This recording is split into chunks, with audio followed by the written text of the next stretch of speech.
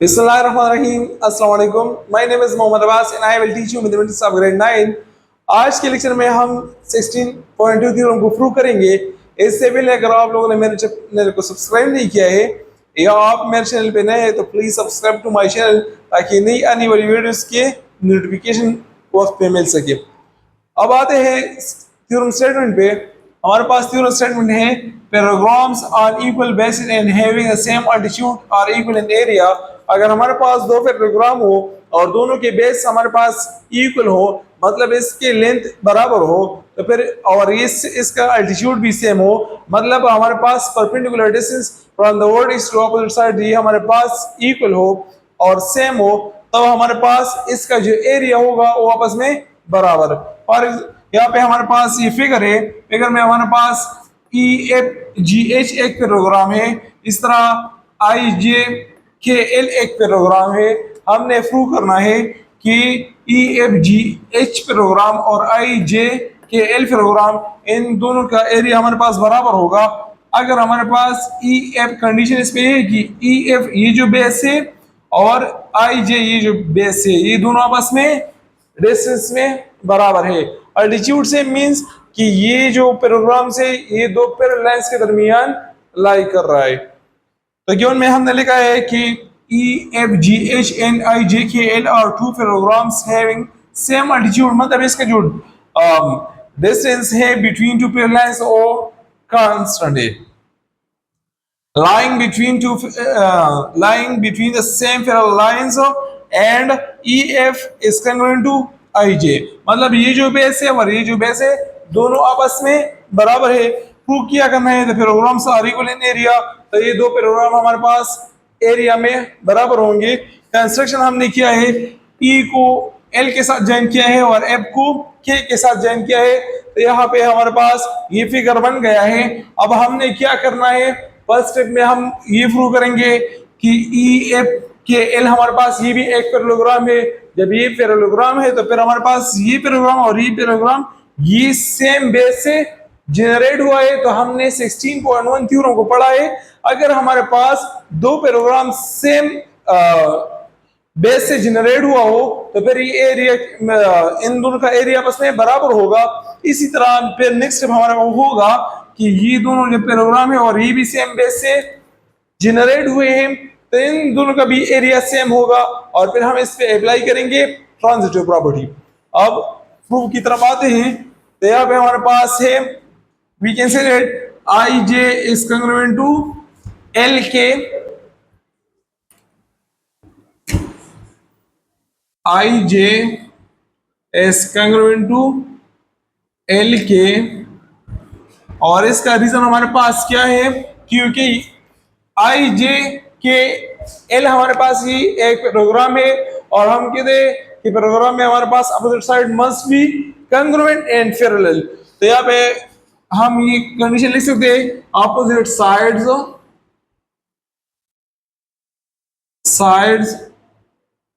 Of parallelogram. अब next ये हमें गिवन है कि E F is congruent to I J, ये हमें गिवन है कि इसके दोनों के बेसिस हमारे पास इक्वल है। So we can say that but E F is congruent to I J, ये हमारे पास गिवन में है। सो इसकी इक्वेशन फर्स्ट दे रहे और इसकी इक्वेशन सेकंड। अब यहाँ पे हम ट्रांजिटिव प्रॉपर्टी यूज कर सकते हैं या फ्रॉम इक्वेशन 1 एंड 2, या हम कह सकते हैं कि both are congruent to I जे, मतलब यहाँ पे आई जे के एल के कंग्रुएंट में है और ई एफ ये आई जे के कंग्रुएंट में है, तो ये दोनों भी आपस में कंग्रुएंट है। फॉर एग्जांपल अगर हमारे पास ये ए के बराबर है और ये बी के बराबर है, इस तरह ये सी के बराबर है, तो अगर ए बी के बराबर है और फिर सी ए के बराबर है तो ये बी सी भी आपस में बराबर होगा बाय ट्रांजिटिव प्रॉपर्टी। या हम इस तरह भी कह सकते हैं कि यहाँ पे हमारे पास आ जाएगा K L is congruent to E F reason में हम लिख सकते हैं from equation first and equation second are transitive property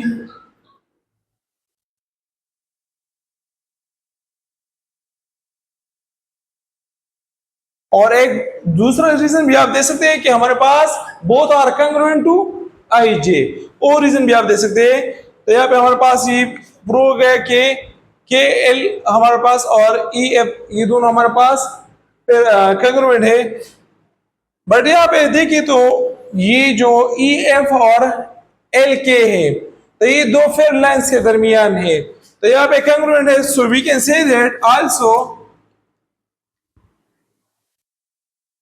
ये दो पैरेलल लाइंस के दरमियान है, तो के एल ये हमारे पास पैरेलल भी हो जाएगा ई एफ के, क्योंकि ये लाइन बिटवीन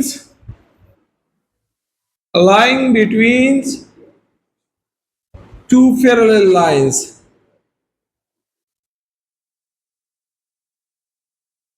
लाइंस और लाइंस हमारे पास कौन से लाइंस है, तो एक हमारे पास A B line and C D line.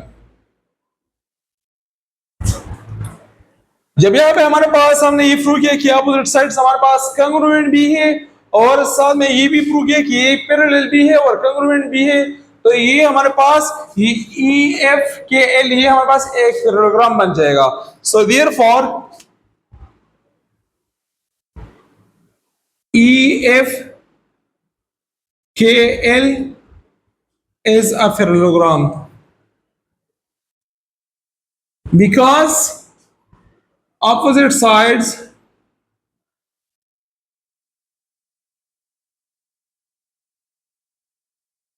are parallel and congruent।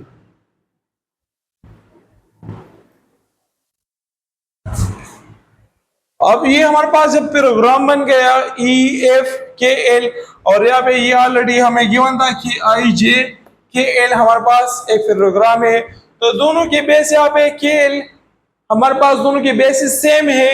और इससे पहले हमने एक रिजल्ट पढ़ा है कि अगर हमारे पास बेस सेम हो मतलब सेम बेस से दो पैरेललोग्राम जनरेट हुए हो और वो दो पैरेलल लाइंस के दरमियान हो तो फिर क्या होगा, दोनों के area same. So we can say that from this कि area of parallelogram I J K L ये हमारे पास इक्वल हो जाएगा area of parallelogram E F K L का। रीजन ऐसा क्या है, हैविंग सेम बेस। कौन सा बेस है, तो के एल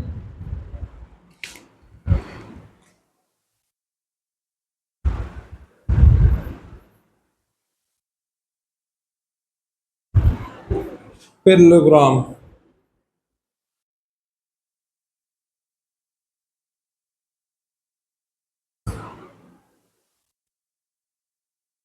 अब नेक्स्ट इसको हम देते हैं equation number 3।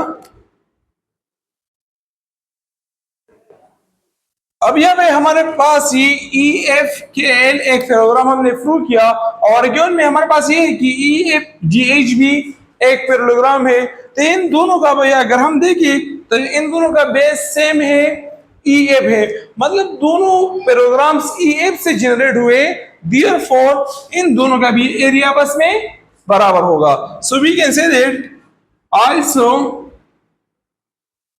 Area of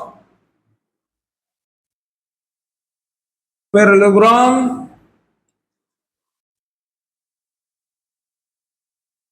E F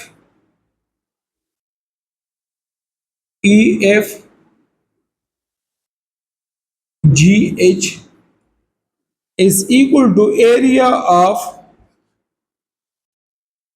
parallelogram EF KL, इसका भी हमारे पास रीजन हो जाएगा हैविंग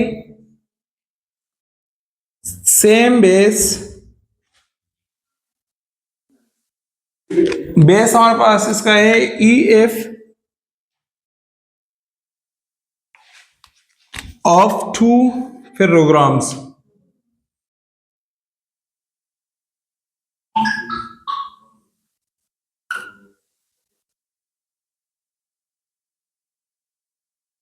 इसको हमने दे दिया इक्वेशन 4।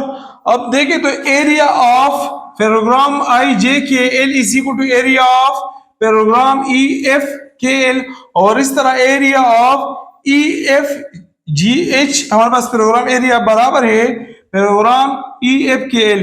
मतलब इक्वेशन थर्ड और फोर्थ का हमारे पास राइट राइट बराबर है और ये दोनों आपस में भी इक्वल है। So we can say that left left भी हमारे पास बराबर होगा from equation third and fourth. So we can say that therefore area of parallelogram IJ KL ये हमारे पास बराबर हो जाएगा area of parallelogram EF GH के EFGH के। सो रीजन इसका है from equation third and equation fourth are transitive property।